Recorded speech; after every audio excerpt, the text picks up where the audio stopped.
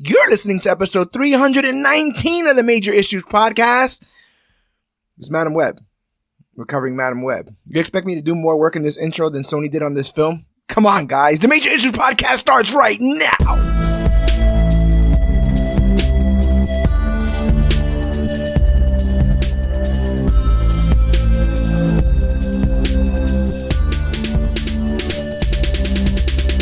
Hello, everybody out there in comic book land. My name is George Serrano, aka The Don, and if you're listening to this, you can only be here for one reason, and that's a brand new episode of the Major Issues Podcast, brought to you each and every week by ComicBookClique.com.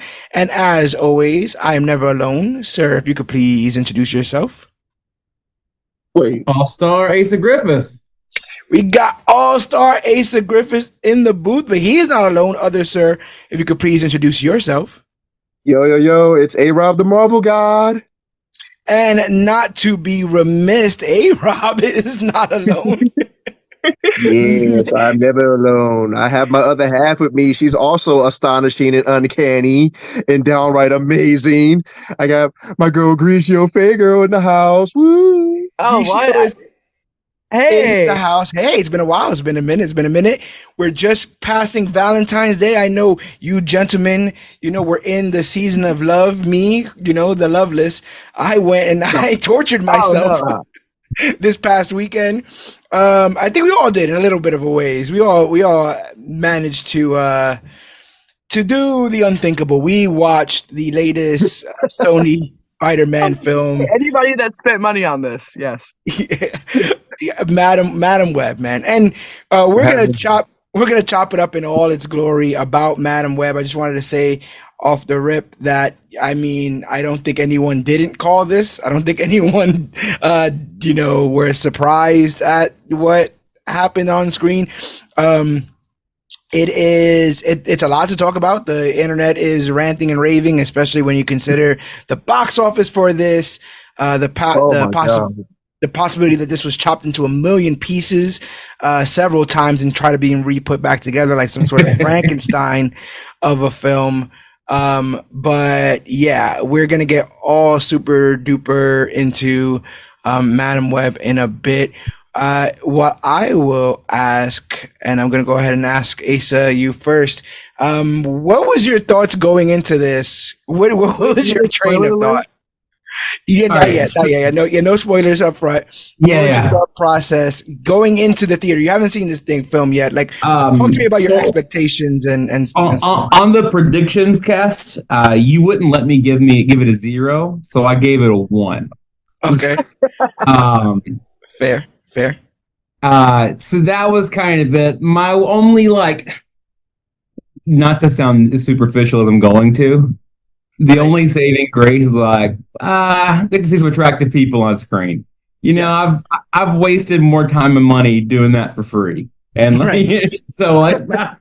worst case scenario, I get to look at pretty people. Yes. Now post Madame Web, how are you feeling? Do you feel like you gauged it just enough? Did it end up surprising you a bit? It did. I went in with such low expectations, and I'm acknowledging that I did not think it was a good movie right now. So any defense I have, no one come after me. My expectations were so low that I was pleasantly surprised at how much better the movie was than what I thought it was going to be. I got you. No, I got you on that. I feel that. I feel that. Hey, Rob, you and your dynamic duo, I guess, saw it together, right? Were you guys super stoked going into this theater experience? Where did you have this in your mind as far as anticipation? And did you kind of call it once the film was over? All the ways to spend money on a date, babe. It's about life and destiny. That's fair. I too also went in with real low expectations for the film, which is why I kind of enjoyed it. Until after the fact, when I sat down, thought about it, let it digest, watched some reviews on it, and then it's just damn. Was that a really bad movie? Right. It's like I felt that it was edited to hell. There was some choppy lines or like audio, like dope premise that which made me like really drawn to the film. Like, okay, like Final Destination meets Terminator. Okay, right. dope premise, right? Executed poorly. Yeah. It was a bit much. Ma'am, did you have a lot of expectations going into this? I mean, this is a female-led, female-starring film. Girl power out the wazoo. Did you feel it? No, there was no powers being used. My expectations for the movie is that I went in with alcohol. Okay. Right. I'm not gonna watch this sober. You're not gonna make me watch this movie sober. You're not setting me up for the woo. I know what this is. Right. I'm literally like, I'm not gonna sit here for 2 hours and be bored. Like, if I gotta go see Madame Web, I've been trying to make some fun out of it. So, as my semi-warm face was getting a little bit of entertainment out of this, it was still bad. It was still bad. It was still bad if you had alcohol in your system. What about the theater experience? Did you two have a lot of people in your theater? No, there was no one in there. That was one of the quietest movies. Yeah, that was one of the quietest movies I've ever been to. This was like the smallest turnout, like, and that's compared to like Aquaman, Blue Beetle, right? Love and Thunder. Yeah. Like this was like the smallest turnout for a comic book movie or superhero movie. I can't even call this a superhero movie. This is the comic book movie. There was nothing super heroic about this movie. It's very strange. Asa, were you in a jam-packed theater full of people roaring for Madame Web? So I bought an IMAX ticket. Ooh, and that's what they told you to do. Sony told you to buy. It said, see this on the biggest screen. And I did, and I was one of 3. and I think the other people were on a date because they were sitting side by side. Right. And like, as empty as that movie theater was, I don't know if they even watched the movie, if you catch my drift. That's no one would have caught you. Like, there was 2 people in your theater, and I'm pretty sure one of them was related to Dakota Johnson. So that makes a lot of sense as far as everything there is concerned. So yeah, we can go ahead and just kind of bust this whole thing wide open, I guess. Madame Web is a 2024 superhero film based on Marvel Comics featuring the character of the same name, produced by Columbia Pictures and D. Bonaventura Pictures in association with Marvel Entertainment and TSG Entertainment, and distributed by Sony Pictures Releasing. It is the 4th film in the Sony Spider-Man universe. The film, directed by S.J. Clarkson from a screenplay she wrote with Claire Parker and the writing team of Matt Sazama and Burke Sharpless. It stars Dakota Johnson in the title role alongside Sydney Sweeney, Celeste O'Connor, Isabel Merced, Tahar Rahim, Mike Epps, saying Mike Epps is starring in this is hey, they're just trying to get funding. Wait, what? Emma Roberts and Adam Scott. In the film, Cassie Webb, Dakota Johnson, confronts her past while trying to save 3 young women and their futures from Ezekiel Sims. Madame Web premiered at the Regency Village Theater in Westwood, Los Angeles on February 12, 2024, and was released in the United States on Valentine's Day. The film was panned by critics and has grossed $52 million worldwide. So now I'll tell you guys my experience going into all this. As you know, I'm pretty plugged into this stuff given ComicBookClique. We're all over social media, so we constantly are posting and are trying to be, have our ear on the ground when it comes to the conversations about this kind of stuff. And man, from Wednesday on, they were just trashing this thing, absolutely trashing it. It didn't help that there was a bunch of, interviews with Dakota Johnson where she looked less than thrilled to talk about it in general. I remember specifically one where they would try to show her the first edition of where Madame Web debuted in the comic, and she's like, "Oh, okay." There's no energy or any of that stuff. I got paid? Okay, right, 100%. So this film broke a record for me, particularly because this is the first comic book film since ComicBookClique started that I did not watch in theaters. Wow. I pulled the ripcord, man. I pulled the ripcord. Now, for good reason. For good reason. No one should be encouraged to spend money on this. Sony needs to know what they did. It's absolutely baffling. It's baffling because we do this seemingly once a year now, or over a course of years, we go to these films. We know that they're just kind of tied to Spider-Man universe. We watch them. They're empty. There's no soul in them. They're chopped to bits. They're thrown out there, with like actual stars that people know. Right? Emma Roberts. They had Emma Roberts side to this. They hid Emma Roberts in this. Scott. They hid Emma Roberts in this. Adam Scott. This is the same studio that gave us Into the Spider-Verse, Beyond the Spider-Verse, No Way Home. And then y'all make this? Yeah. What was the original draft? That's what I want to know. Same. Right. I do want to know that original draft. Because it's time for the Zack Snyder cut. How bad was that first draft where this was the final? Yeah. If this was the final, this was the draft written by the interns. Right. This was ChatGPT. 100%. A lot of people lay. ChatGPT wrote the paper. That's one of the line credits. A lot of the people lay the issue at the feet of this weird kind of symbiotic relationship between Marvel Studios and Sony Pictures. They seemingly still can't figure out what this relationship is supposed to mean. We didn't know what it meant when they initially said that they were going to do like No Way Home and kind of reference Sony Pictures and Sony Spider-Man.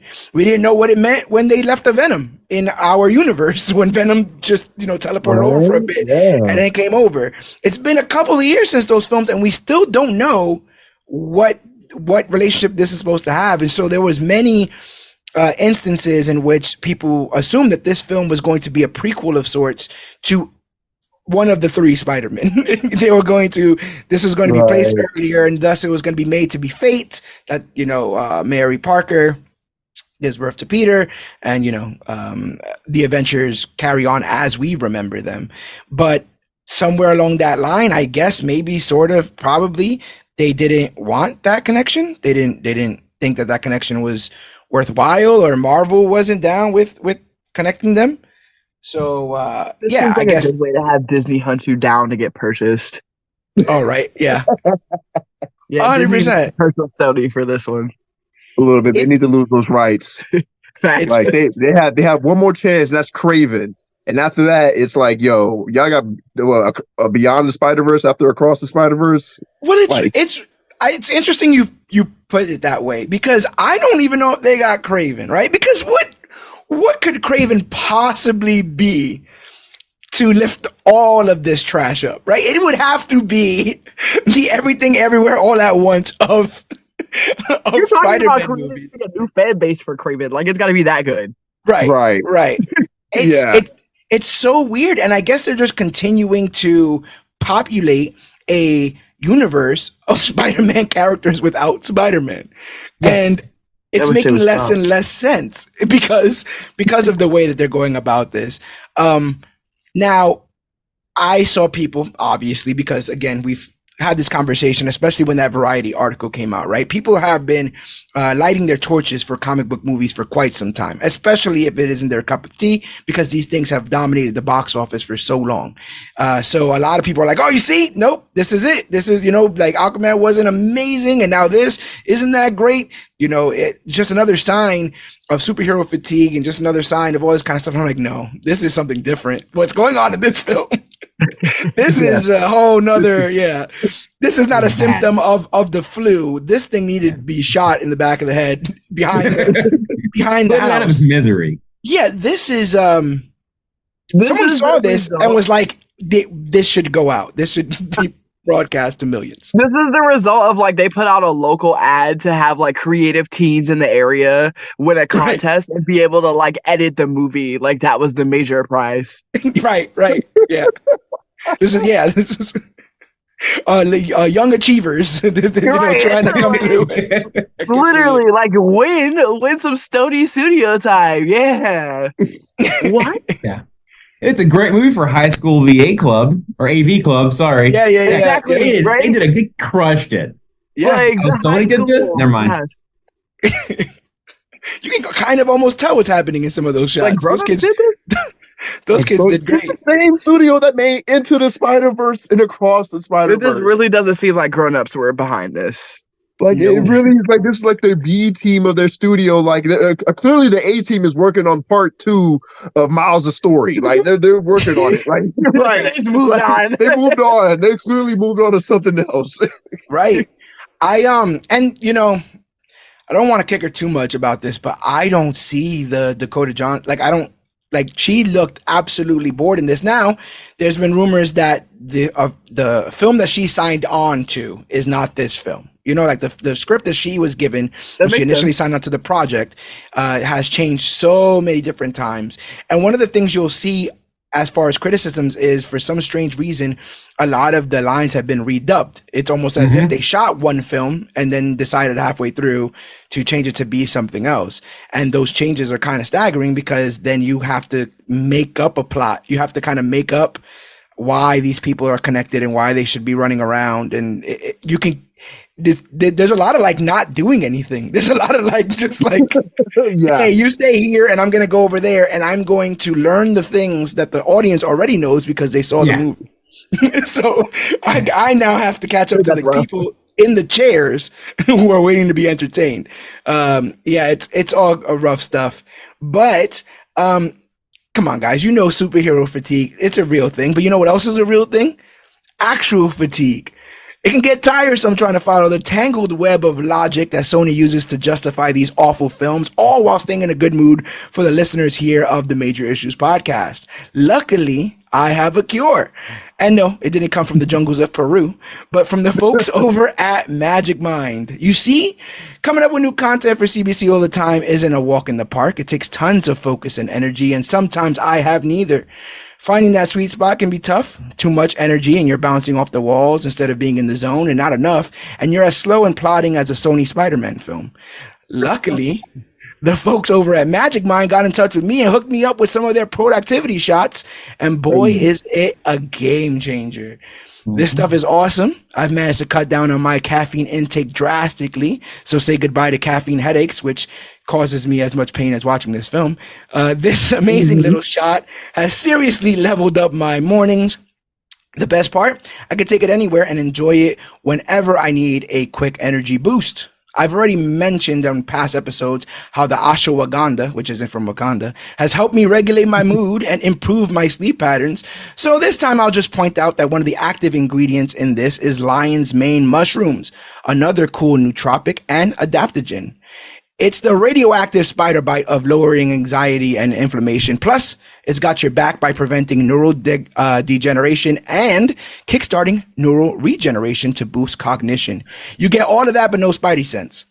You should still come to your senses, as I recommend Magic Mind to anyone who's looking for a healthy alternative to coffee or just needs that extra boost of energy to get things done. There's no strings attached, no catch-22. You're not going to get tangled in our web when it comes to this product, and the positives only increase over time with continued use.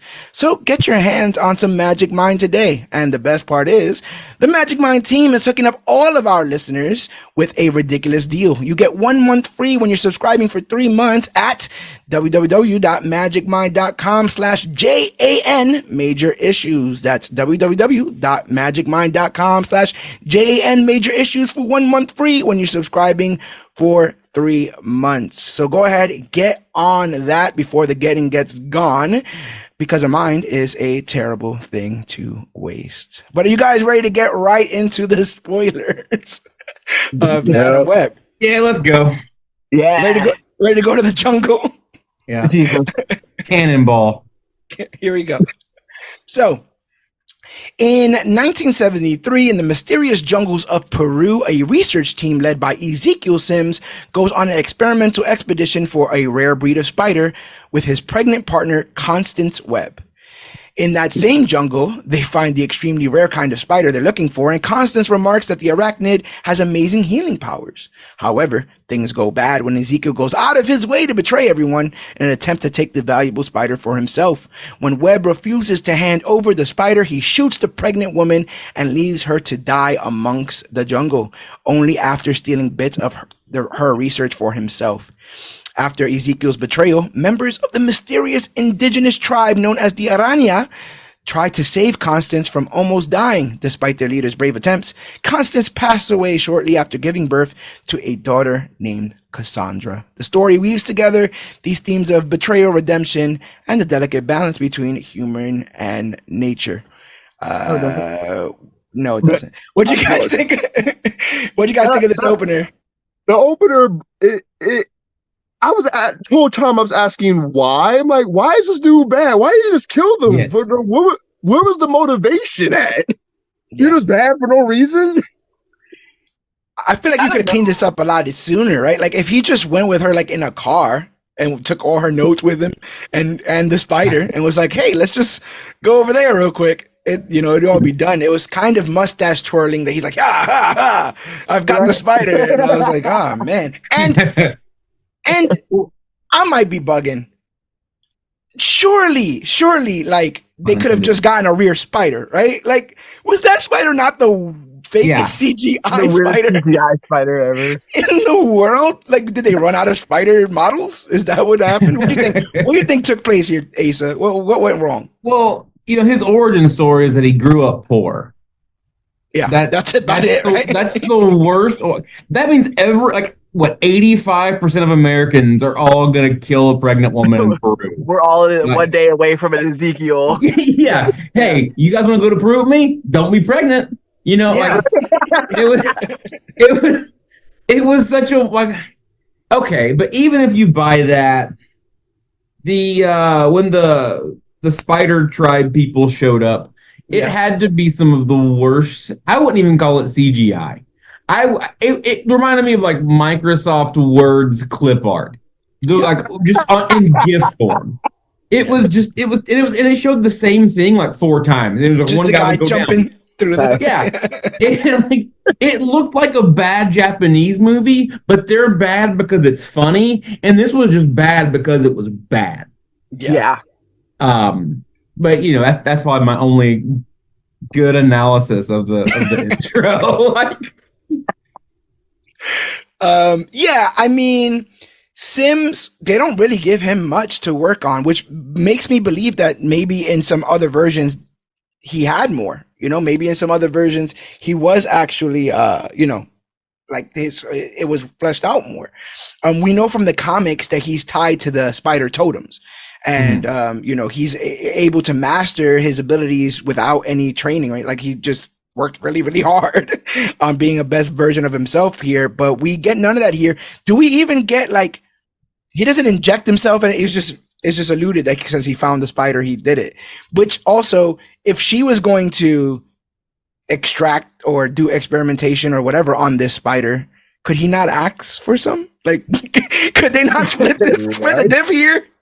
Was her murder necessary in this instance? Was him murdering any of them necessary? Like, no. She was going to get the spider for, just medicinal purposes. He would have shared. She would have shared. She was going to share it anyway. There were so many spiders. There was a lot of spiders. A lot of spiders. Yeah. And think about like, they didn't focus on like the part that I needed. I needed the part where the weird spider tribe hands a baby over to the Peruvian government and says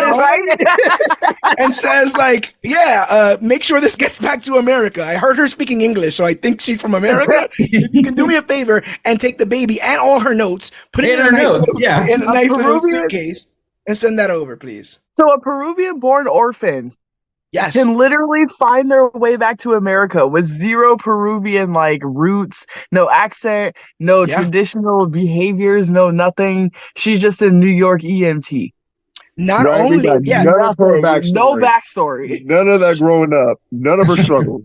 She did all of that while escaping the mysterious unfindable portion of the Peruvian jungle that she will now just walk into later in the movie. She's just gonna be like, "Oh yeah, found it! It's right here. It's right here."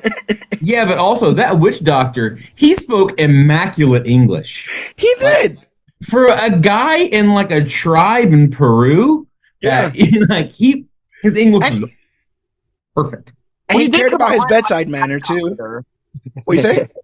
He did come out wearing like a hat, like a Fred from Scooby-Doo mascot later. Oh yeah. Later he's all dressed to the nines. He was like, "Oh, you didn't see. This is my new thing. This is my new look. That other thing with the weird apparatus around. Yeah, I retired. Not great. Very. He was wearing like Twizzlers at the beginning of the movie. Yeah, he was. Yeah, I'm like, is this like a Venom thing that you guys didn't like fully see through? Are they retarded people? Are they symbiotes? What's going on here? It was symbiote, like.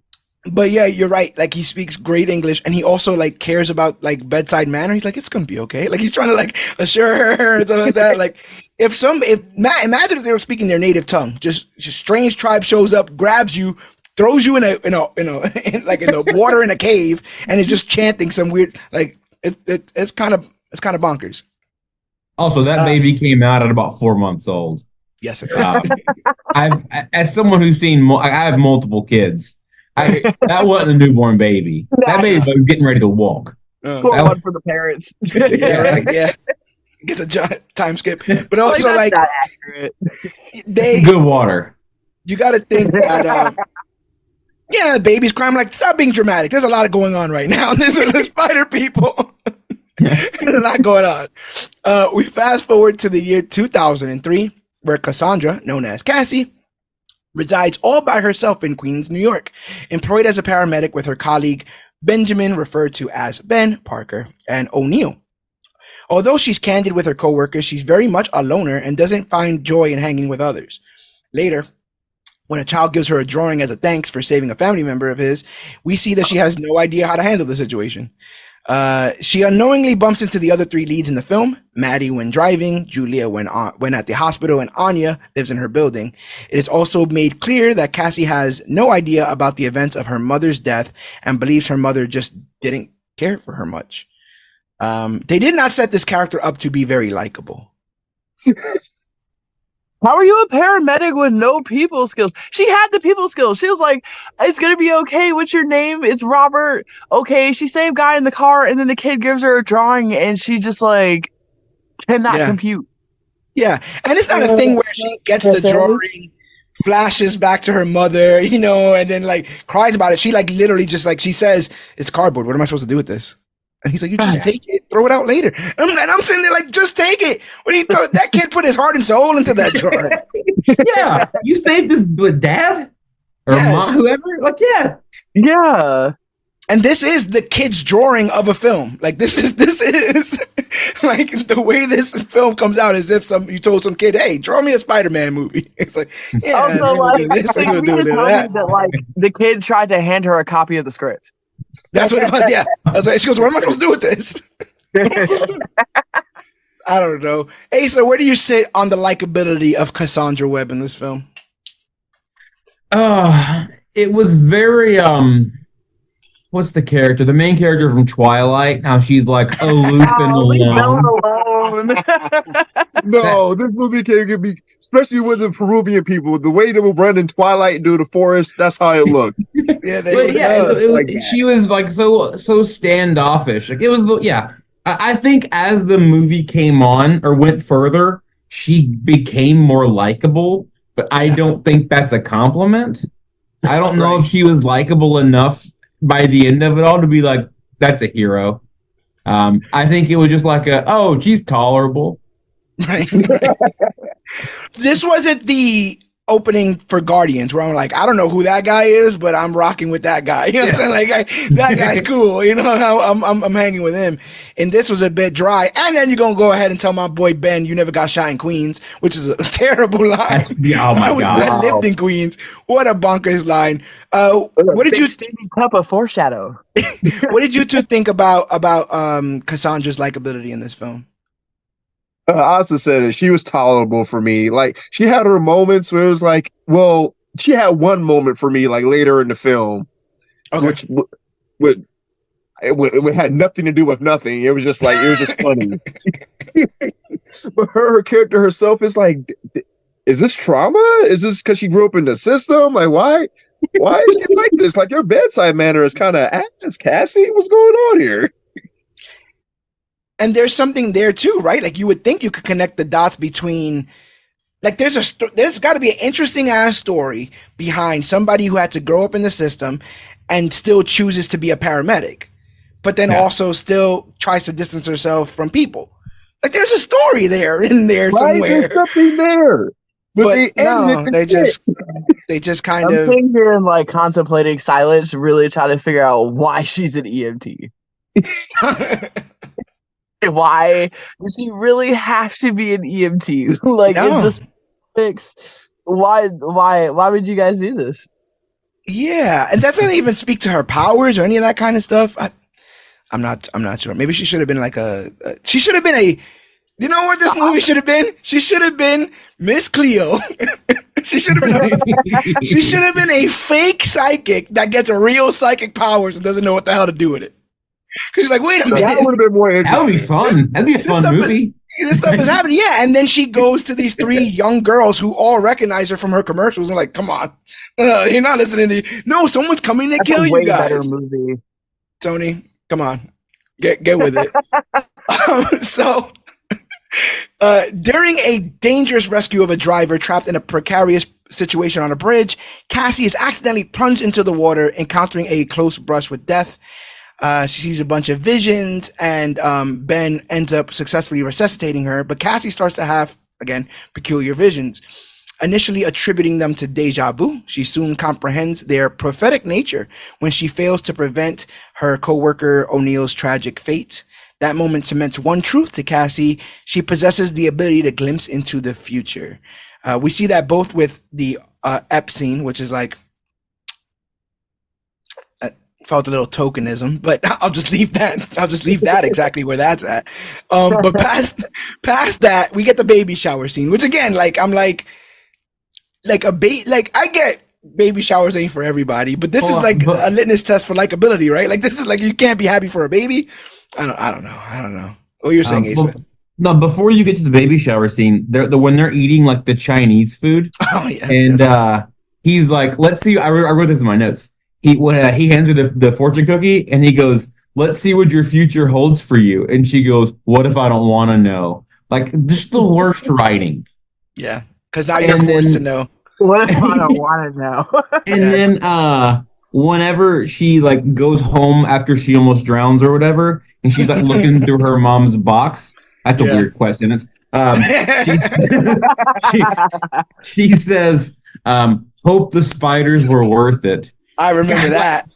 Yeah. I remember that. I'm like, who are you talking to? And again, like, none of the people that found her, like, to tell her. How does she even know this is her mother? She found a box with some notes and stuff in it. Very strange. All very strange. There's a picture of her mom. There's a picture of her and like Ezekiel. Yeah, that's how she found out. But it's like, those things were always in the box. She every time she opens the box, she finds exactly what she needs for the movie to go to the next part, even though everything was always in the box from the beginning. So like, there's a reason, like, she should have seen Ezekiel in the box at this moment.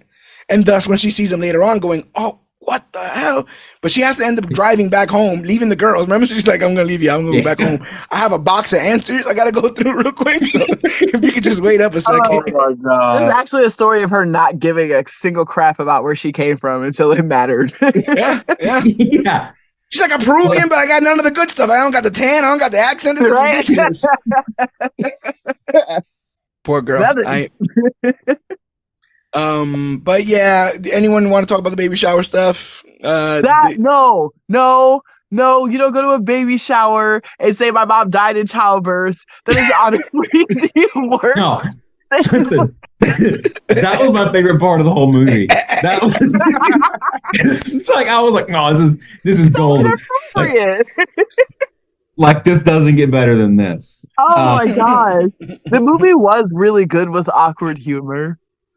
Things that just kind of shouldn't be like said, but got said, so it's just like, okay. 100%. And I keep thinking to myself, like, it's one thing. Yeah, you're right. It's a party foul to say that as a guest of a baby shower. But I would equally say that it's a party foul to not tell your sister about the company that you're bringing that has a dead mom. So then your sister could ultimately say, "Hey, how's your mom?" And then they have to say, "Oh, she's dead." I think you go, "Hey, listen, like I'm bringing my very depressed. Yeah, I'm bringing my very depressed coworker who almost died to the party. So like, about moms, just lay it off. Yeah, just lay it off on the mom stuff. You know what I'm saying? Like, just lay it off. Party. Yeah. Becoming a mom. And they do everything to just not say Peter in this scene. Actually, I heard a thing that they said that since the MCU has the rights to Peter Parker, they can't use the name Peter. So that's why she says, and the balloon pops. And like, I can't say that's true. I saw that and I'm like, it's stupid, but it makes sense. He was literally, he should not be named the whole movie. The baby who lived, the boy who lived. I remember that. So Ezekiel, having acquired the same abilities as Cassie, coupled with enhanced physical prowess, gathers intelligence on three. All of this is a dumpster fire. Gathers intelligence on three young women we spoke of earlier: Julia Cornwall, Anya Corazon, and Maddie Franklin. His visions lead him to believe that their destinies are intertwined with his death, as he repeatedly dreams of being killed at the hands of these women. We see that Ezekiel has a poisonous touch as he uses it to kill an NSA agent. He gets another one of his employees to use NSA tech to track these three girls down, and whether by chance or by destiny, all three of them end up at Grand Central Station, so Sims is in pursuit. I've got so much to say. So first of all, wait, time out, pause the card. They went looking for a poisonous, venomous spider to cure Cassie of the sickness, like the mom. I guess, and they had like a 1 out of 99% chance of. Yeah, what she was got poisoned and died. Oh, this is that one spider. She just got poisoned in the jungle. Yeah. Do you pick and choose what it does? We never find out how he got it out. We don't know if he let himself get bit. We don't know if he like took out some blood and injected it into himself. We don't know what he did with this spider. We just see that he has them in the little, he has his own little terrarium, I guess, of sense. But like all of it is super cliche. Him showing up in the opera house or the whatever, right? The classical place in the suit, the music in the background, all of this stuff. And like ultimately, this is a film about a man who is so paranoid of a dream that he has that he forces it to come true. Yeah. So like, it's a self-fulfilling prophecy. Yeah. What, bro? You should have just stood home. You know what I'm saying? You should have just put some white noise on in the background. Stay home in your bare feet. Distract yourself. Put some white. This is why I go to sleep with the TV on, so I don't dream of women throwing me out of my own house, out of the building. There's a. That would have been a whole better premise of a movie right there and then if they just stuck with the whole future, like 3 Spider Women trying to kill him in the and also Sony doing the false advertisement. They literally had them for like 3 seconds in their suits throughout the whole movie. What a bait and switch! What a like bonkers! But like you had some balls to do that because of how little that they're shown in this instance. And as we said again, if he was like more like of an inheritor, right? It would have made much more sense if he could like sense other spider people or other emerging spider people, and then he wouldn't need tech to do so. He would just have those abilities in him, and he would have felt more like a hunter. He would have felt more like a predator trying to, take these young women down. All of that sounded terrible, but ultimately, I don't know if it's better to be like input my dream images into the computer, de-age my dream images of these women by 10 years and take off their masks. Oh, that's who they are. I don't know if that's any better than mine. By the way, that makes more sense than my theory was, because I just thought he's like, I see them so much or whatever. I've memorized their faces. I literally have. How does he like? Oh no, I lost it. I was like, how he has the ability to perfectly describe, with down to the last detail, what each person looks like, and then they can de-age them. Yeah, like, and take off the masks. Yeah. I'm like, also, it shows that the NSA is still the bad guy, even in comic book world. The NSA is always the villain. Yes, yes. Like, no, there's no way we had that is some 2026 tech they had in 2003. Like, the dial-up. I'm putting it through the system, sir. That's what we had. There's 20 hours to go. Bin Laden would have been found. He would have been found. It wouldn't have took a decade if we had that kind of tech. NSA, like, what? It was like, sir, it's generating the image. Just 20 hours to go. We're almost there.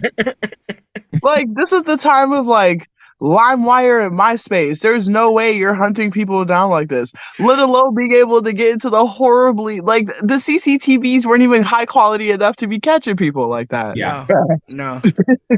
And yeah, this woman just works for him. I don't know if she knows about the other people that work for him, seemingly, that die and whatnot. You know, she's his woman in the chair, I guess. But yeah, and this is when you kind of see that for some strange reason, him more than anyone else is dubbed. They've taken almost all of his dialogue out and replaced it in some way, shape, or form. I'm not gonna lie, I didn't notice that, and I think that's where the alcohol came in. I can see that. I can see that. Yeah, I can see that. There's one instance. Go ahead. No, you're good. I was gonna say there's one instance where like they actively show him talking and his mouth is not matching the thing. I didn't see that one. Every time his back was turned, it's like you could tell they pepper in like 3 lines of dialogue that wasn't really there. Right. Like, and that happened like 10 times. Right. And if it was just this one guy haunted by his dreams, no tech, he just feels this impending doom. I think that's a more interesting story because it plays around with all the animal instincts and all the animals and all the totems and all that kind of stuff. But yeah, I guess MC was like, we're not touching none of that stuff, and you're not touching none of that stuff until later. So Cassie, also drawn to these women, intervenes to prevent a suited Ezekiel from ambushing them on the train while en route to O'Neill's funeral. She commandeers a taxi, whisking Julia, Anya, and Maddie away from the city to seek refuge in a nearby forest. Meanwhile, back at her apartment, Cassie discovers her late mother's notes, unveiling Ezekiel's identity and the true extent of his powers. This is the whole, he was in the Amazon with my mom when she died, or whatever the heck. Mm-hmm. The girls, tired of sitting in a forest, because that's literally what they left them to do. Like, she was like, hey, I know you just met me, and I'm dropping you off in this forest, but just do as I say. So they like, nah, that's some crazy shit. So we're not doing what you say. And they venture out to a diner, where they are found and attacked by Ezekiel. This is going to be the most surface level criticism that I have in this. You can't make Sydney Sweeney the dorky antisocial one by putting on a pair of glasses, by putting her in a pair of glasses. That's not going to work. It's just not going to work. It was the glasses and the skirt. The frumpy skirt, hey, look, they made me. Sort of skirt. Yeah. I'm like, do you know who that is? Under there, it's not this. You can't she's all that me in this film with freaking. It's reverse. Like, reverse, she's all that. Yeah, she ain't nothing. She ain't nothing. I like that. She ain't nothing. But yeah, I'm like, and there's like a whole thing where like they're trying to like, go flirt with the guys. Again, you're running from a murder. There's a whole situation. It's a whole thing. The whole thing. Are they even old enough for that? They're in high school. They're like 15, 16. That's jailbait. Yeah, yeah, for sure. Don't dance on the table. Go sit down. Yeah. What about the workers? Yeah, what about the workers? Like, hey, excuse me, ma'am. Right? I did not clock into this diner today to watch some kids dance on the table. Yeah. You feel me? Like, I don't get paid enough for this. That's fine. Whatever. Like, that's what actually happened. Yeah. they're dancing at Toxic, which is a little bit on the nose when it comes to Ezekiel, but I find it funny because I'm almost certain that they weren't dancing to Toxic in the scene. It's one of those scenes where it's like, imagine music. Like, yeah. Kind of got it. I kind of get what you guys are going for here. Yeah, and at one point, like when Cassie's looking through the window, it's like Maddie doing a dance solo on the table, and I'm like, "What? Who's this for?" Maddie was literally just like, "Hey guys, let's go." They need some strobe lights in that diner. Is what they needed. I'm telling you, right? So yeah, they're found and they're attacked by Ezekiel. Cassie manages to get them away by hitting Ezekiel with her car, and she ends up scolding them for their disobedience. As in other versions of this event, Sims successfully kills all of them. She hides the young women in Queens, finding sanctuary in Ben's house. Cassie journeys to Peru and locates the tribal leader who once rescued her mother. No issues there, just finds him straight up.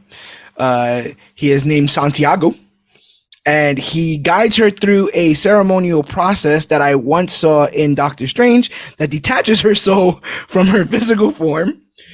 Doctor Strange mode when I see it. Right? Now, here's the thing. There's only so many special effects. There's only so much, but don't do this. This only means they've already seen the PowerPoint, and they had to go back to the beginning. You understand? Like we've seen this particular pushing the aura out of the body thing. You can't do it. Make up something else. You make up anything else. Just can't do this. Give her drugs. Let her hallucinate. Yeah. Lick Like, this Peruvian toad to get your... Give her some jungle juice. Ayahuasca? Do something like... Ashwagandha. She could have got ashwagandha out there. She would have been fine if she had ashwagandha. She would have been fine. She would have been absolutely fine. He's like, bro, what did you tell her? I don't know. I told her to lick that toad, and now she's wilding out over there. Says she sees her mother. Oh. Oh gosh. So in this transcendental state where she is transcending, she encounters a realm of heightened awareness where the interconnectedness of all living beings becomes apparent and the myriad potential futures unfold before her. It is in this revelation. That makes sense. No, it is in this revelation that she discovers her mother's quest for the mythical spider was driven by the desire to safeguard Cassie from an inherited life-threatening ailment. This is another one of those lines that you were talking about, Asa, where it's like, oh, she was trying to save me. Mm-hmm. I'm like, what are you, we heard her. You don't have to say it out loud. Oh, she did love me. Well, you never gave her a chance. You never you had no doubt in your mind that she hated you. Like you never even have a chance either. But that as well. But it's like, I don't know. This wasn't a revelation to me. I never had any reason not to think that her mother liked her. Well, I thought, it kind of gave you the rationale why an 8-month pregnant woman is just meandering about Peruvian jungles. It's okay, that makes sense. Her baby's gonna die. Like that. I get that. Like, I don't know if I'd do it. You probably could have paid someone to do it. Call. So she's going off the assumption that her mother was just a workaholic who cared so much about her job that she'd rather die than be her mother. That's some rough. That's rough stuff. That's dark, but yeah, no, what's wrong with that? That's dark. Yeah, because that's what the whole "hey, I hope the spiders were fun, Mom" thing was earlier. Right? Yeah, no, she was real mad at her mom. She was just that work girl, but she went to literal ends of the earth to try to save your life, Cassie. Yes. Oh man, that's a little cliche. All right, never mind. I don't like it anymore. It's gone. Take it back. Look, you and again, like we're there, and I'm trying. I'm trying. My hands up. I'm trying to feel what's going on the screen. I'm almost there. I'm getting the semblance. She hugs her mother, in a touching moment. She hugs her in spirit form, and then Santiago had to open his mouth and say, "When you take on responsibility, great power will come." Oh man, I was so angry. Why would y'all do that? Flaccid. We all hang up. Yes, flaccid. Absolutely flaccid. Liquid. Look. First of all, and I was having this conversation even at work today. I don't even think those two things mean the same thing. I don't think great power comes great responsibility means the same thing as, when you take on responsibility, great power will come. No, I can make you take on the responsibility of driving me to work every day. What great power is there? You tell that logic to every GM that works at a fast food restaurant. That's what I'm saying. Like, see if they agree. No, that's not. The whole idea is that if you are wielding immense power, you have to understand the responsibility that comes with that. You have to understand that the power doesn't come by itself. It comes with, or it should come with, a level of responsibility of how to wield said power. It's not the same the other way around. If you have a responsibility, something good is going to happen one day. That sounds like a fortune cookie thing. When you take on responsibility, great power will come. Your lucky numbers are 17, 20, 35, whatever the fuck. Like that seems like a fortune cookie moment. And the thing is, everyone called that they were going to do the great power, great responsibility thing in the fortune cookie moment with Ben. So when that doesn't happen, I like, I don't know if this is better. Again, like, I don't know if this choice is better than Ben just getting from the fortune cookie. Hey, with great power comes great responsibility. Where'd you get that from? Oh, no, the cookie. You know? Don't know. Yeah, let's ruin that line too. Let's just ruin Spider-Man. Again, this is like, it's like drunk history, but about Spider-Man. Like, you got somebody wasted. Absolutely wasted. And you're like, all right, now tell me everything you know about Spider-Man. He's like, well, and he got the responsibility and then he got the power. He got the great power with the responsibility. You need to pass the blunt, dude. Yeah. He's like, no, come on. Yeah. I'm next. You're holding this up. Right? No more for you. Go ahead, Asa. Oh yeah. So it's like, so her mom, I have it in my notes as like her mother's pregnancy is the origin point of the movie. She loved her all along. Cassie is now emotionally cured because she immediately warms up as a character. Yeah. And then opening herself up and healing connected the entire web where now she has powers and she's the only one that can connect everything. Right. Like now, again, the movie. It's very on the nose. It's very on the nose. Yeah, everything was like literally like, oh, hey, guess what? You know, it's in this scene that he says, oh, and by the way, you might want to one day, but you'll be able to split yourself up into 3 different parts. Yeah. Put a pin in that. Hey, let's ruin everything. Let's just. Yeah. Also, in the diner scene, you have the Daily Bugle truck in the background. Oh, there's the Daily Bugle in the background of the diner? Yeah, whenever right before when dude walks in, you see a Daily Bugle truck drive away. Mm-hmm. I thought that was kind of cool.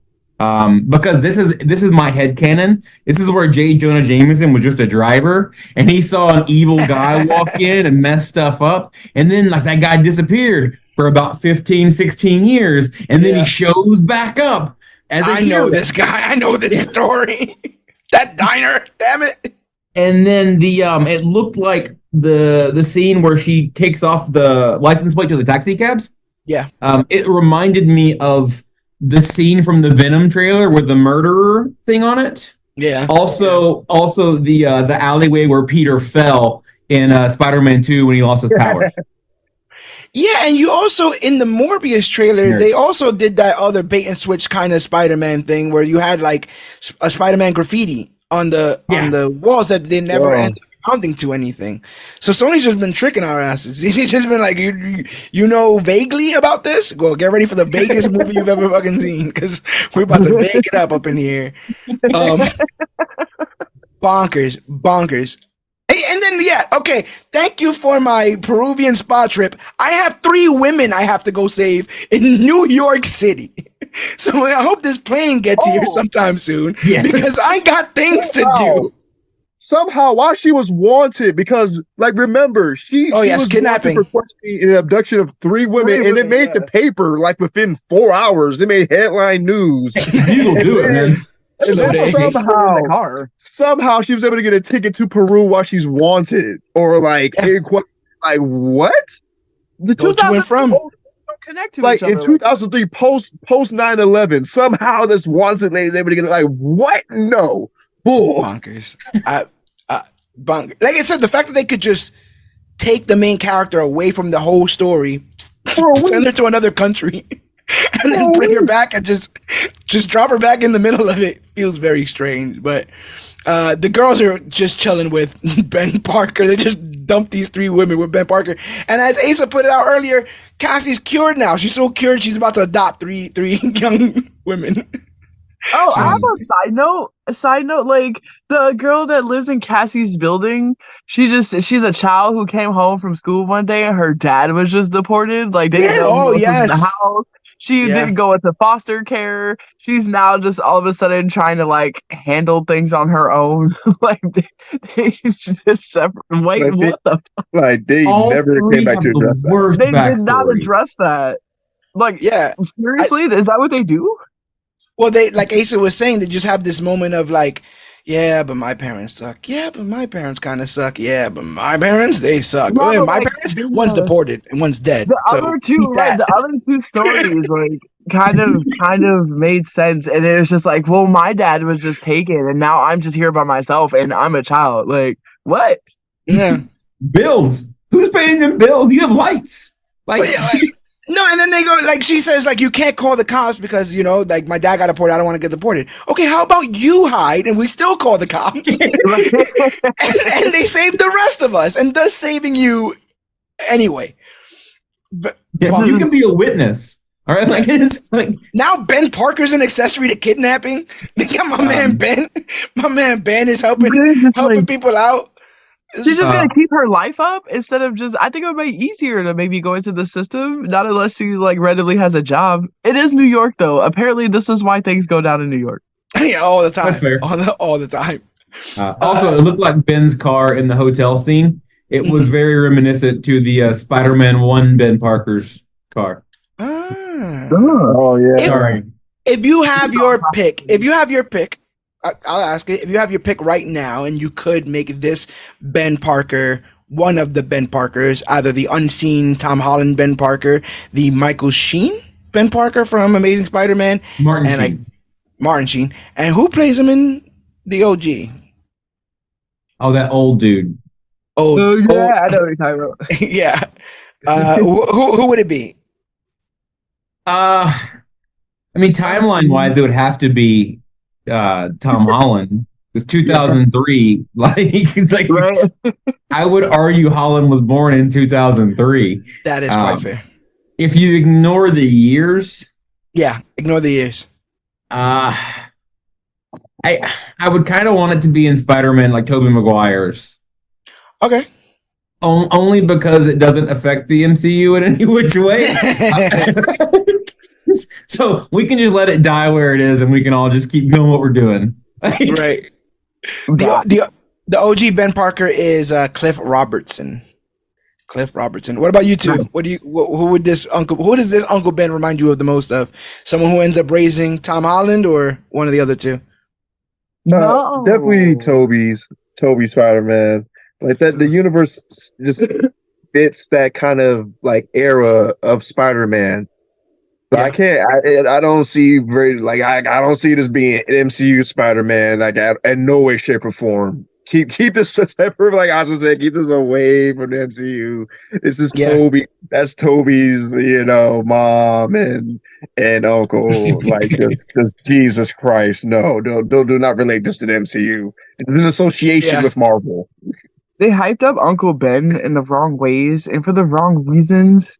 They made him seem like he was super excited to be an uncle, even though at the end, when Peter was actually born, he was very awkwardly standing to the side as if he was just caught in the delivery room, and not at all like it was his sister or that he wanted to help. He had a vision. That's why he's like, wait, what? I get shot? Right. This is good. He's just realizing that Cassie actually knew he was going to get shot. Yeah. No, it's so twisted. It's so like, twisted. why do you help? Right. Hey, in about 30 years, make sure you always wear a bulletproof vest, just in general. For the next couple years of your life. and not for nothing, two different spider people have vision powers, and neither one sees the events that end up at the end of this film. So I'm starting to think that they're not that great. They give you kind of an idea. But he was able to hit her with the bread. Yeah, but okay, yes, she was. She's testing out her powers. She said sometimes it works. Yeah. So Ben's pregnant sister-in-law, Mary, goes into labor, compelling Ben to accompany her and the girls to the hospital. Ezekiel reappears, but Cassie manages to rescue the girls in an ambulance, creating a diversion that allows Ben and Mary to escape. The group devises a plan to lead Ezekiel to a dilapidated fireworks factory, setting traps to confuse him and all the viewers. While Cassie calls for a medical evacuation helicopter, Ezekiel destroys it, causing more destruction for our heroes. In the fray, all three girls end up in equally precarious positions and are near death. It's funny because I feel like they did this third act and then they realized that none of them were fighters or had powers. And then they were like, wait, how do we do things? They have to do things to him. How do we get him to do things to him? I should have firework at him or something. But yeah, Sims isolates Cassie, using the opportunity to taunt her with painful memories of her mother's death at his hands. He also taunts her for her inability to save her new friends, as he plainly states, you can't be in three places at once. But the thing is, if you watch this movie like we did, we heard about 10 minutes ago that she totally can be in three places at once. And she's like, wait a minute, that dude that gave me that ashwagandha in Peru, he said I could be in three places at once. Maybe I should just try. And she just tries and she just does it. Just works on the first chance. It would have been funny as hell if she was like saving 2 out of the 3 and the third one just like went right through her hands. Like, damn it. I mean, it was her first go. And I love that she didn't like turn into 3 people and like beat up Ezekiel Sims or anything like that. She turned into 3 people and like slightly helped them each up. Yeah, she looked them. You're good. It was stupid. Right. You're good. Yeah, like I am all the Jedi. It felt like one of those moments where they just you are not one with the Force, Cassie. You did not earn that. No, just it's strange because it's like I feel like the music swells. Like it's supposed to be like a big moment of like realization, and there's like webs and stuff, and the astral projection going on and stuff, and it's just like very strange. Harnessing the power of the web of life, Cassie's aura splits into 3 additional forms and uses them to skillfully lead Maddie, Anya, and Julia to safety. She strategically triggers a final trap, resulting in Ezekiel's end as he is crushed by a falling Pepsi sign. Bum, bum, bum. Just a pee. Just like a dude obsessed with how he was going to die. You'd think he would see that coming. That's what I'm saying. And then Cassie wasn't hiding it. Yeah, she was like kept looking. Yeah, is it gonna She's fall? staring at it repeatedly. Hey, I'm not going over there. I'm just gonna kill these 3 girls who were behind me. You're over there. Now I'll just kill them. Be done with it. No, man, like terrible villain. Oh, there's the scene in the train where he's like walking around killing cops, like just walking around killing cops, and these 3, he just can't get their hands on them. I don't know what it is. They're too fast. They're too swift. They're too stealthy. Cassandra keeps hitting them with cars. Like for some reason, these 3 with no powers, no spider sense, no weapons. He can't get them. He can't get his hands on them. I will say the best parts of the movie were him. Like no, I'm sorry, him and like the spider when he's like just breaking their necks. Like, the best when he punches the girl's neck, like head over the like yeah, that was pretty funny. He was so violent. Those were the best parts of the movie. Those, yeah. Like the death sequences, like that, the final destination of it all. Like that was the coolest parts, like of the whole movie. And like, and that was a weird action sequence when he was like taking all the cops and they were right in the center, but they were fine. He took out like 6 cops, but they were perfectly fine. Like, why didn't you just go for them? He only killed the woman. There was a woman cop. He chokes her and snaps her neck and leaves her on the ground. Everybody else got like a punch to the chest. He has a thing against women. I don't know what's going on. No, he really hates women. Like, yeah, we just need to really figure out what's going on with this guy here. So like we were just talking. Okay, so he doesn't all his sight beyond sight, and he doesn't see this big ass pea landing on him. Simultaneously, Cassie's like, I did it. And she's like falling into the ocean. And a firecracker hits her right in the face. Right. You couldn't see that coming on in the face. Man, you want to talk about a price to pay for heroism? I would have been like, "Y'all girls are good. A firecracker to the face? Yeah, I can have this." I feel like that could do more damage than just blind her. Ezekiel wasn't gonna kill her. He had no beef with her. He had beef with the 3 girls. That's true. She, like her mom, I guess, was just in his way. And it was like, well, all that mushroom I took in Peru, I really gotta go out there. I really gotta go out there and save these girls. So, she's blinded. Cassie is promptly taken to the hospital just as Mary successfully gives birth to her unnamed son.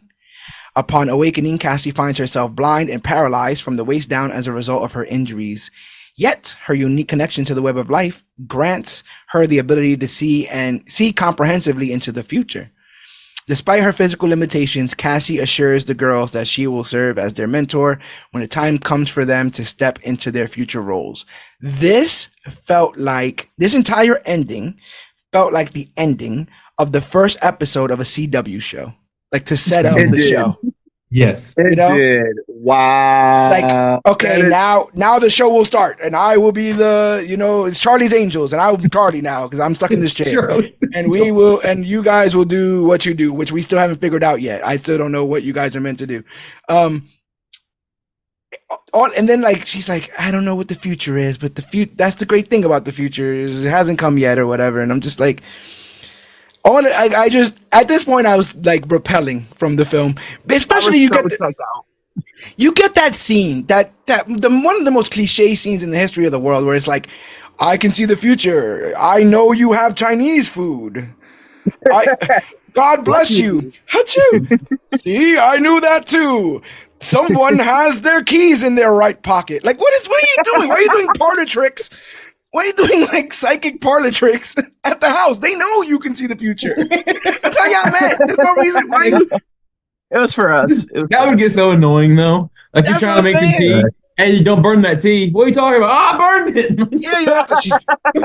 It's like she's doing it again, Maddie. God, can we just put her in a closet or something? You know, don't talk shit. Yeah, right.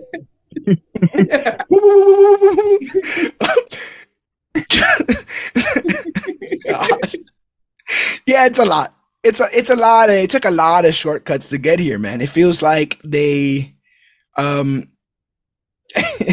you believe that this was the film that was always intended, or do you think this got chopped up in the edit? I'll toss it to you, Asa, first. It had to be chopped up. There's no, I don't know what they could have done. Again, like you said earlier, I don't know what the best version of this movie was. But if this was the best version, and I don't think people should be fired for jobs. People need money, but you need to fire these writers. They need to go work for CW. There's no reason a movie that was probably this expensive to make and had some legitimate parts that were really, really well done. Again, with all the Ezekiel Sims and the Spider-Man suit parts. There's no reason that a movie that has this much potential should be wasted in the manner in which it was. This doesn't seem like a good, that's not why they won the writer's strike. No. This is why they should go on strike. This felt like a loss. This felt like a loss for the writers, around the world. This felt like a genuine loss. But what about you two? Do you guys think that there was ever a version of this film that was good before the version that we ended up seeing, or was this always just a walking dumpster fire? It is inconceivable for me to believe that this was the intended vision for this movie. Like, I believe they probably went through like 6 different edited versions of this movie before they put this out. Like, they was like, do we want to connect to the Spider-Verse? Oh, can we have it connect to the Spider-Verse? Oh, it's not connected to Spider-Verse. All right, don't connect to Spider-Verse. Don't have Spider-Man in it. Don't have Spider-Man. All right, don't put Spider-Man in it. Just have it related. Is it related to Spider-Man? All right, what about Peter Parker? I don't have it. Like, it's just every time somebody went to make a move, somebody hit them back with a return email like, hey, you can't do that. No. Right. And it just felt like a sloppy mess almost, but like, no, there probably was a version of this that had like more like those Terminator elements that we would actually see him like yeeting these girls and her like seeing the vision, stopping it, like, more of that. Like, that's cool. Like, more of those sequences. Lean more into that. if this is really the best they could do, I need to get a plane ticket and take my iPhone notepad over to Hollywood and submit stuff to, because like apparently we can all do it. Like this is absolute like. This was written by someone who was bit by a poisonous spider. Yeah, and they were dying. Like, why? As somebody who spends money on content, I'm not sure why they thought this was an acceptable release. Yes. And the thing is, I thought initially with this film, what I had been saying over and over and over again was that I thought that the entire purpose of this film was for them to tie the Sony universe with the MCU universe at some point in time. That was the only purpose I could see this having. And I guess without those MCU connections, they were kind of lost. But man, listen, there's like 20 other better films running through my head of like what they could have done even with this same stuff. If they didn't do Ezekiel Sims, they could have done one of the Inheritors. One of the Inheritors could have showed up, felt like there was 3 spider women in here. Cassandra finds a way to save him, and then you do like one of those like they did it in Zack Snyder's Justice League where it's like, I'll be back, and he comes back in 15 years. And then you get the whole Spider-Verse because he comes back with his whole family. You know, these energy vampires, and they all show up. And I remember him. He tried to yada yada yada yada.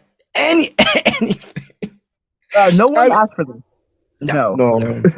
We didn't do this at all. They didn't have to do anything. Like there's 20 different versions of this movie. There's 20 characters that deserved a movie that related to Spider-Man before Madame Web. I'm sorry. Yeah. No, like, this film would have been a whole different film if it would have been focused on any of the girls or all 3 of them at once. And then Madame Web was like a featured part of it, you know? We didn't have to go to her depressing backstory of the spiders and all that. Yeah, if you told me midway through each girl gets bitten by a radioactive spider and gets powers, it's better. Yeah, right. It's just better. I'll watch that. I'll watch that. So true.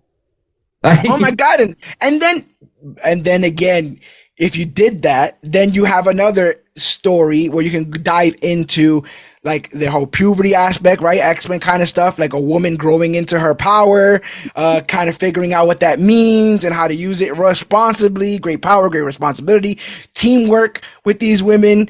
Like I said, all that girl power stuff could have really been something that resonated where I don't really think they ever kind of. There was no like hell yeah moment. Relevant content. Now it's time for the nitty and the gritty. So this is the 4th film, 2 Venoms, a Morbius, and this. What is your rankings for the Sony universe of Marvel characters or Sony Spider-Man universe? What's in first place? And literally first place because the other horses died. What is all the lesser of 2 evils? Yes. What is your ranking? Whoever wants to go first. What is your ranking of this? Number 1. Okay. Yep. First Venom? Yeah. Oh, definitely the first Venom. The second Venom was just no. Okay. So now is it all 3 tied for last? Is it first Venom? And then Venom 2, Morbius, and Madame Web tied for last. What's second? What is the second best film in Sony's Spider-Man universe? It does have to then be Venom 2. A fan-made Amazing Spider-Man 3. Batman? Batman. The Dark Knight. X-Men The Last Stand. Yes. Oh, X-Men X-Men Origins. Wolverine. It was a Dark Phoenix. I will say those X-Men films are less offensive to Spider-Man fans than these films are. So by nature, they might actually be better films. So again, with this over-under not being great, where do we set our expectations for Kraven? Where should they be? My bar for Kraven is like where they left it at with Spider-Man 2, with the video game. They put a pretty high bar for Kraven. Like he's a threat. But without Spider-Man, how is this about to hit? So that's for my expectation right there. Just how is this about to be without Spider-Man? Oh, you just reminded me of something. I I don't know if anybody watches South Park, but my bar for this is so low that James Cameron has to go get it. It's all the way in the depths. It's all the way in the depths. It's in the depths of the sea, man. After this. They also, Sony seems to be on some kind of thing. So like, I remember like I vaguely remember the lizard needing like animal parts to sort of kind of continue living his life to be happy. And then they needed magic blood for the goblin thing, right? They needed Peter's magic blood for the goblin thing. And now Cassie has magic blood because her mother was bit when she was younger. Ezekiel has magic blood because he took a spider and did something. Magic blood falls in Craven's hole or whatever and gives him Craven powers. Magic blood is what Morbius uses to like go around. So I don't know what's going on over there at Sony, but they just have magic blood on a whiteboard and someone just keeps pointing to it. All right, guys. Lots of blood transfusions. That's the answer. Don't forget. So do you have a villain for me? Yes, a scientist that's on the brink of death that is willing to use experimental procedures to save his life, but it turns him into a villain. And that's just it forever, always, all the time. So yeah, I feel kind of bad kicking this thing now because I feel like it's already been dead. It's already beat a dead horse. Well, it is a dead horse. I mean, Venom 1 is the best one. I mean, I feel like that's a unanimous. Yeah. Yes. And I will say, I chose not to watch Morbius because I didn't believe in that from the get-go. Interesting. I so want your thoughts on Morbius now. I'll watch Morbius and I'll give you like a 10-minute video on me just critiquing. Oh my God. And cook while you do it. Do something you enjoy. I'll play on my Switch. There you go. Is this equal to Venom 2? Not in a bad way, but like, I mean, like, in like, as far as like, it did not tell a cohesive story. I think I enjoyed the ridiculousness of Venom 2 a bit more than I really like Woody Harrelson. Yeah, same. Yeah, Woody Harrelson I think is great in this. They also have some weird like ADR cut scenes and when they're like literally just saying dialogue over the top of it. Cassie's not that bad of a fleshed out. Like I thought that was pretty cool. I love the like the what do you want to call it, the bromance between Venom and Eddie Brock. Like I thought that was well done. My issue with part 2 is like I felt like we ended the first film of like, yes, we are Venom, we're together, we figured this thing out, and then it's like, well, we now need to unravel that so that the whole movie can be about getting back to we are Venom, and also we're gonna kill Carnage. And I didn't take those two things. I was like, absolutely not a fan. But the biggest rumor that has been going on for the longest time is that Sony is dead set on doing their Sinister Six movie. That all of this, the Morbius, the Craven of it all, is all to set up a Sinister Six film. And I don't know if Spider-Man's going to be in it. So they're probably going to do like their version of, I don't know what, freaking Thunderbolt. Do like Silk or whatever. Silk, I heard, was something that they were working on. There's a Silk and a Spider-Man Noir thing going on over at Amazon. Yes. Yeah. Now, or for the Spider-Man Noir with Nicolas Cage. Yeah, with Nicolas Cage. Well, but Tom Holland signed on for like 8 like projects. 2 of them are Avengers, another trilogy, and then like 2 unknown projects. So maybe this is leading. They are trying to lead to their Sinister Six movie with Tom Holland in it somehow, some way. Yeah, maybe. Well, so one thing I read was that Spider-Man 4 somehow leads to Secret Wars, even though now he's supposed to be like a ground level hero. So what if at the end of 4 he gets thrown into Sonyverse, has to do a couple movies there, Secret Wars however they end it, brings him back, and he does 2 more movies as MCU and finishes it off the Peter Parker saga, and then we bring on the Miles Morales. I could see that. I that was one of the other rumors that I heard, is that Amy Pascal had said something about like they were going to do 2 more films before they introduce Miles, and the 2 films are supposed to be Spider-Man 4 and Beyond the Spider-Verse. I heard that rumor too. Yeah. Yeah, but the other rumor, and I know you know about this one, Rob, is that they can't decide on what Spider-Man 4 is. Yep. MCU is like, oh, okay, we did it. We got him back to the ground level. Let's surround him with ground level people. Let's get like White Tiger in there. Let's get Kingpin in there. Maybe a little bit of Hawkeye. You know, he's just people he bumps into in New York City.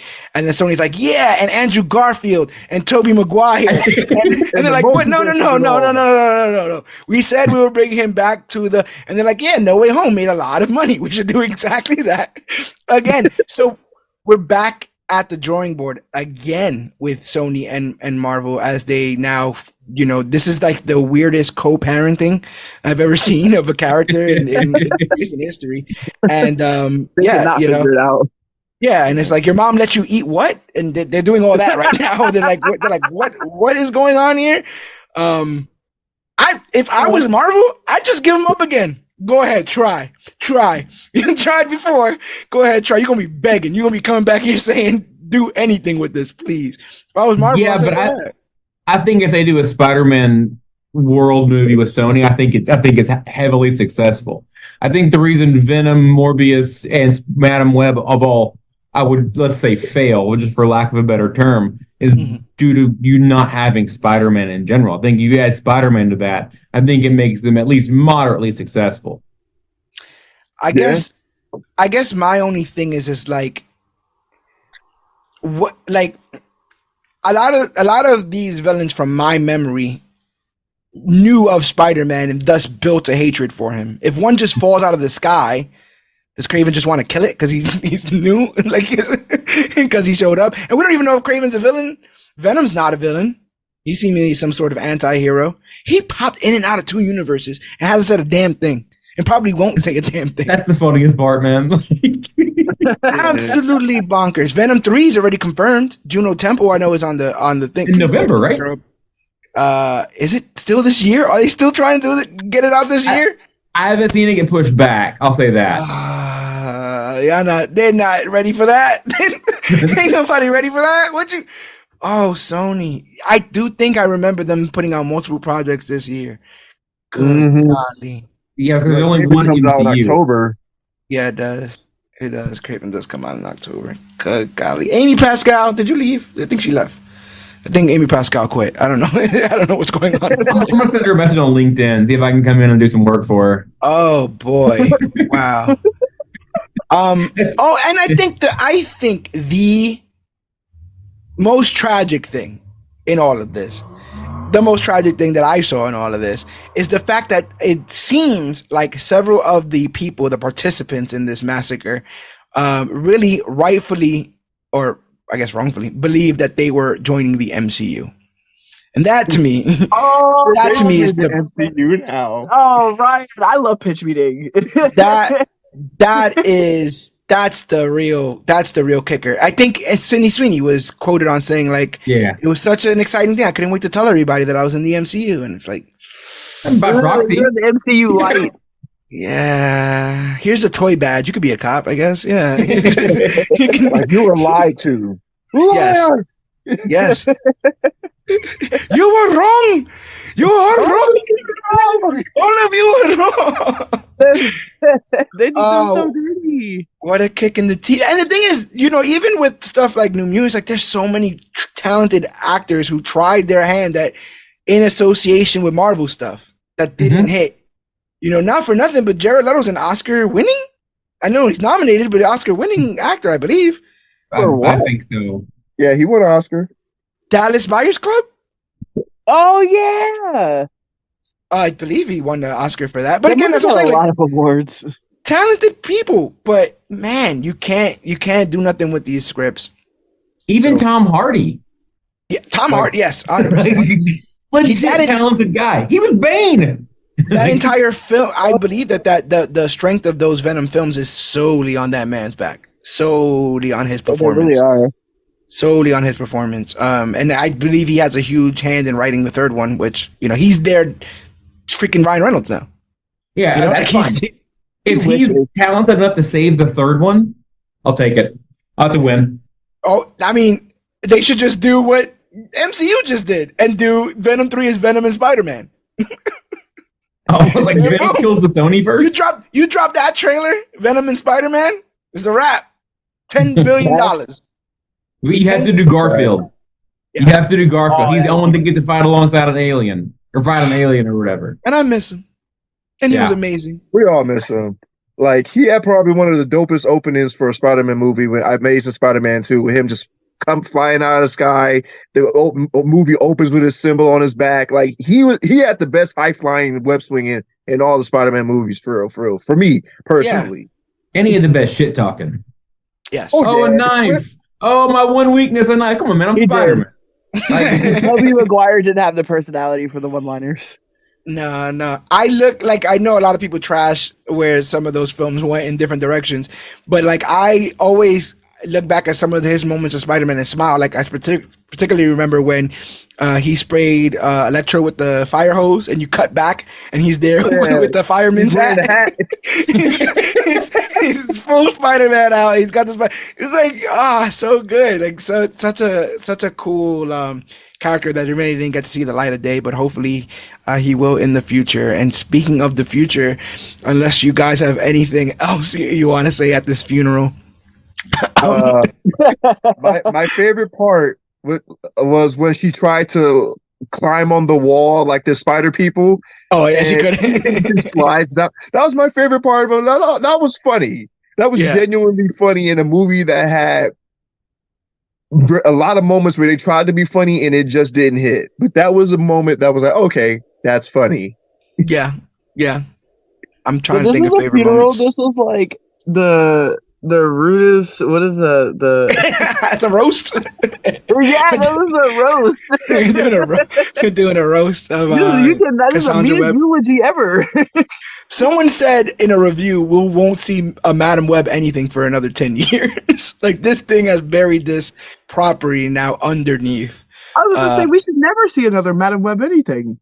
Yeah. I didn't think we should have seen this, to be fair. Exactly. Like, I didn't think she's an ancillary character, a great part of Spider-Man lore, but an ancillary character. I didn't think they needed to make a Pennyworth show. You know what I'm saying? It's like, some people I don't think you need to spend a lot of time on. I love Alfred. I don't think he needs 3 seasons. They could have traded her and Echo and like gave Echo a movie and gave Madame Web 5 episodes of something. Yeah, that would have been a lot better. And then you would have got the CW ending that I was talking about. Where wait, what was that? Like, she like says the badass line and then she like wheels away like it's a like it's a reveal that she's in a wheelchair. But I guess most people don't know that character ends up in a wheelchair. I see. I feel like I've seen her in things where she walks.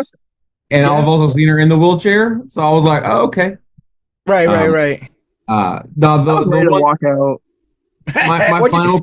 My final complaint will be after Ben has Peter, and he's like, "Oh, he was gonna be a fun uncle." He's like, "Yeah, all the fun and none of the responsibility," and she goes, "That's what he thinks," and then like that's it. Dun dun dun. Yeah, the worst. Yeah, like, damn, way to allude that like Peter's parents are gonna die. Yes. Like, at least maybe S.H.I.E.L.D. is in the Sonyverse. Maybe. Oh, Richard! Where the hell is Richard Parker? He works for S.H.I.E.L.D., right? Am I making that up? In some instances, he's a spy. In some instances, he works for S.H.I.E.L.D. In some instances, he shows up to his wife's baby shower when everyone else is there. But in this instance, he doesn't. Apparently, old Dick Parker got better things to do and be there for his baby shower. I wonder who that man would have been. Interesting stuff. Also, what if Marissa Tomei was May? In like a deleted scene. Wouldn't that be fun? Like I said, they had a real chance to tie some of this stuff together. Emma Roberts was rumored to be married for, I want to say, a year. Like I feel like for the longest time it was like the worst kept secret that she was in this. Because you would think Emma Roberts brings people. People like Emma Roberts. You would think they would have found a way to showcase that or put her in a trailer or something like that. But no, why? Amelia Clark also got underused in Secret Invasion. Yes. Yeah. Maybe Amelia Clark should have been Mary Park. Maybe we should have found a way to flip those around. But yeah, I'm on this film put me on fumes. But again, I found myself entertained by just the choices. I'm watching this thing and I'm just going, why? Why this? Why that? Why that line? Why those clothes? Why this set piece? don't get it, but you guys said yeah, so this is what this film is. That enhanced a 2003 timestamp by having the Beyonce mural on the wall, "The Crazy in Love," outside the brick building. Blockbuster. For nothing. It's not like the time has a huge semblance. If it's not Holland Spider-Man, it could have been 1993. It could have been 1983. It didn't really matter. It's not like they had. Well, I guess he needed his NSA tech, so maybe it had to be a little bit in the future. But I don't need clairvoyance to tell you guys that we will be back next week as part of the Major Issues podcast. I don't need a firecracker to the face to know what the destiny is. The destiny is we will be back, and we'll be back next week. But go back and listen to us enjoy some Spider-Man content. Go back and listen to our episodes covering all the Spider-Man stuff, and you can do so by going to ComicBookClique.com. ComicBookClique.com is a one-stop for everything Comic Book Clique. Articles written by us, our merchandise, and every single episode of the Major Issues podcast. There's over 310 episodes. There's over 600 hours of content. I'm hoping when I go, we could put all these podcasts in a robot, and he'll just say what Madame Web sucked. Like he just knows. He has all my logic built in. Yeah, technology. Look what the NSA did in 2003. Technology is going to be fantastic in a couple of years, bro. We fit to have that. So go ahead and go to comicbookclique.com. Check out all of our content over there, free of charge.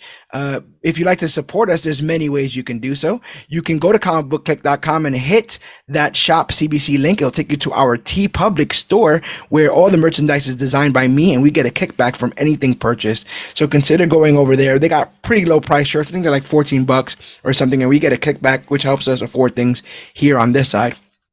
You can consider just giving us money straight up. Go to our Patreon, patreon.com/CBC Clubhouse. Not only is that link in the description, but it's also at the website. If you hit that support Comic Book Clique button at comicbookclique.com, it'll take you right over there. And you can support us for as little as 10 cents a day, $3 a month, and help us keep our lights on here as we try to afford the hardware and the software that we need to keep providing content free of charge for you guys. There's some big things rumbling in the future. So anything that can help grease the wheels, anything that you can find in your couch to hand over to us as we continue to provide free content, does wonders. If you don't have any money, I get it. Money's tight. Valentine's Day just came around the corner. You spent all your money on Madame Web merch. So consider just going to consider not. You ain't even gotta go nowhere. Go to your friend's house. Tell your friend about the Major Issues podcast. Tell a friend to tell a friend about the Major Issues podcast. Rate and review us on iTunes. It's absolutely free. And not only do we grow as podcasters by finding out what you like and what you don't, but you help us find other members of the clique that are out there. I can sense them. Some of them are going to be the cause of my death, but we're not going to go after those. We're only going after the good ones. So make sure that you're telling a friend to tell a friend, you're sharing the word of Comic Book Clique, and that you're reaching out to us all over social media, facebook.com/comicbookclique, Instagram at comicbookclique, or you can use the hashtag comicbookclique to talk about the newest, hottest, latest, and greatest things to come to comic books and comic book media. I've been to the future. I didn't see the future. I've been to the future where we do become the latest and greatest thing to come to comic books and comic book media. But I can't tell you how we do it, because if I do, I mess up the timeline. And next thing you know, Sony greenlights a Madame Web. We'll talk off air. That'll never happen. So get on the bandwagon before the bandwagon gets full. We had a Madame Web incident happen with my microphone, but we swiftly edited around it just like they did in this film. You can't even tell. Get on the bandwagon before the bandwagon gets full. Follow us everywhere that we are. If you wanted the people to find you, A-Rob, where could they find you? They can find me on social media at A-Rob the Marvel Guy. Basically anywhere, Instagram, Facebook, Snapchat. You can follow me on Twitch. Sometimes I'm on there, Mega Avenger 26. Sometimes I'll be snapping on fools. Sometimes. Yeah. Marvel Snap. I dig it. Ma'am, would you like to be found? I'll leave it up to Liam Neeson. There you go. All-Star Asa, do you want the people to find you? If you want to find me, you can find me on Threads or Instagram, Asa H. Griffith. I do politics and sports, and sometimes I do nerd stuff on Comic Book Clique on Facebook. Gang, all the fun nerd things that are out there. But it's time to close this door on another dark chapter in comic book movie history. But my name is George Serrano, aka The Don. All stories of Griffith. Hey, Rob, the Marvel God. And his other half. I'm just here. And this has been our Madame Web recap and review. And remember, whether you walk barefoot in New York City, think a pair of sunglasses makes you less sexy, or are haunted by the visions of your own death by the hands of 3 women you never met but will hunt down, which in turn causes your own death, which you were trying to avoid in the first place, remember that you are part of the clique, and always remember that you, yes, you, are worthy.